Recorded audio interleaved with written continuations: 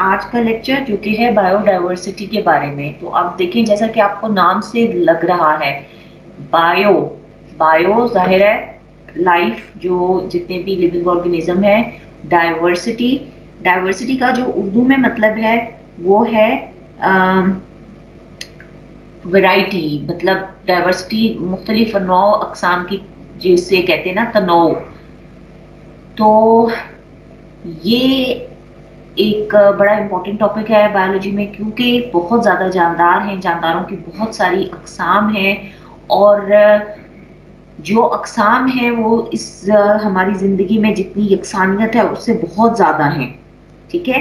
تو بہت زیادہ ہمارے پاس مختلف اقسام کی زندہ چیزیں ہیں اور جو کہ ذرائع مہیا کرتی ہیں ہماری خوراک کے لیے اور ہمارے رہن سہن کے لیے.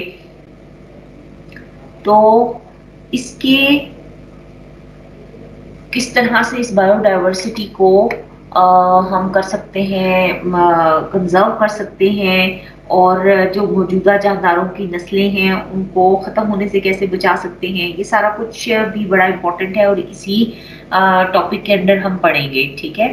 تو کیونکہ ہمیں معلوم ہے کہ بایو ڈائیورسٹی کے وجود کو بہت سارے خطرات لاحق ہیں کیونکہ ابھی جو موجودہ دور ہے اس کے اندر انڈسٹریلائزیشن بہت ہو رہی ہے اور انوائرمنٹ کو بہت زیادہ اس سے شدید خطرات لاحق ہو چکے ہیں جس کی وجہ سے جانور جو ہیں ان کے ہیبیٹیٹ تباہ ہو رہے ہیں کیونکہ جب جنگلات میں سے جنگلوں کو کاٹ کے یہ بنائی جاتی ہے نا آپ کی یہ سڑکیں بنائی جاتی ہیں, پھر اربنائزیشن ہو رہی ہے, شہروں کا پھیلاؤ ہو رہا ہے اور انڈسٹری لگائی جاتی ہے تو پہاڑ کاٹ کے اس میں سے روڈ بنائی جاتی ہیں. تو یہاں پر ان پہاڑوں میں ان جنگلوں میں ان جانداروں کا مسکن ہوتا ہے. بہت سارے انواع اقسام کے پرندے ہوتے ہیں, بہت سارے غاروں کے اندر جانور رہ رہے ہوتے ہیں, پھر جنگلوں میں درختوں پہ بندر ہوتے ہیں اور سو طرح کے جو ہیں وہ جاندار ہوتے ہیں. تو وہ ظاہر ہے جب یہ اس طرح سے سڑک بنائی جاتی ہے تو اس پہاڑ کو کاٹنے کے لیے ڈائنامائٹ کا یوز کیا جاتا ہے, بلاسٹ کیے جاتے ہیں اور بھاری مشینری لے کر آئی جاتی ہے. تو ان طرح کی جو اور جب انڈسٹری لگتی ہے تو اس کے دھوئیں سے اور اس کے گندے پانی سے اور اس کے جو ویسٹ ہیں اس کی وجہ سے یہ جاندار جو بھی مجبور ہو جاتے ہیں کہ یہ اپنا ہیبیٹیٹ چھوڑ کر دوسری جگہوں پہ چلے جائیں یا ویسے ہی وہ بہت زیادہ متاثر ہوتے ہیں پولوشن سے اور ان سب ایکٹیویٹیز سے. تو اس کی وجہ سے دن بہ دن جو بہت ساری اقسام کے جانور جو ہیں وہ ناپید ہو رہے ہیں اور اس وجہ سے جو کنزرویشن ہے ان کو کس طریقے سے ہم ان کی نسل کو محفوظ کر سکتے ہیں یہ بھی اب بہت ضروری ہو چکا ہے.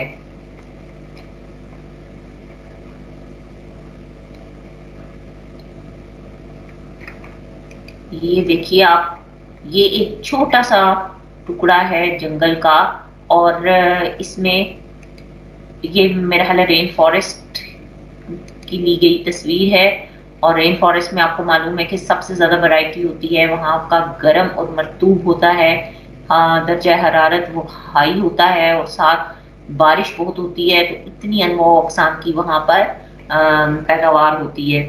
تو چھوٹے سے ایک حصے میں آپ دیکھیے بالکل یہ کتنی انواع اقسام کے آپ کو نظر آ رہے ہیں. یہ برائیوفائٹس ہیں, ٹریکیوفائٹس ہیں, مشرومز, فنجائے ہیں اور بڑے درخت ہیں اس کا بھی آپ کو ووڈی پارٹ نظر آ رہا ہے. یہ سارے شیڈ لونگ پلانٹس ہیں جو کہ فرنز ہیں اور برائیوفائٹس ہیں. یہ آپ کو کچھ لیور ورڈز بھی نظر آ رہے ہیں. تو یہ بہت زیادہ جو ہے یہ ورائٹی ہے مختلف اسپیشیز کی. صحیح ہو گیا. تو بایو ڈائیورسٹی کا کیا مطلب ہے کہ انواع اقسام کے جانداروں کا اس زمین پر موجود ہونا.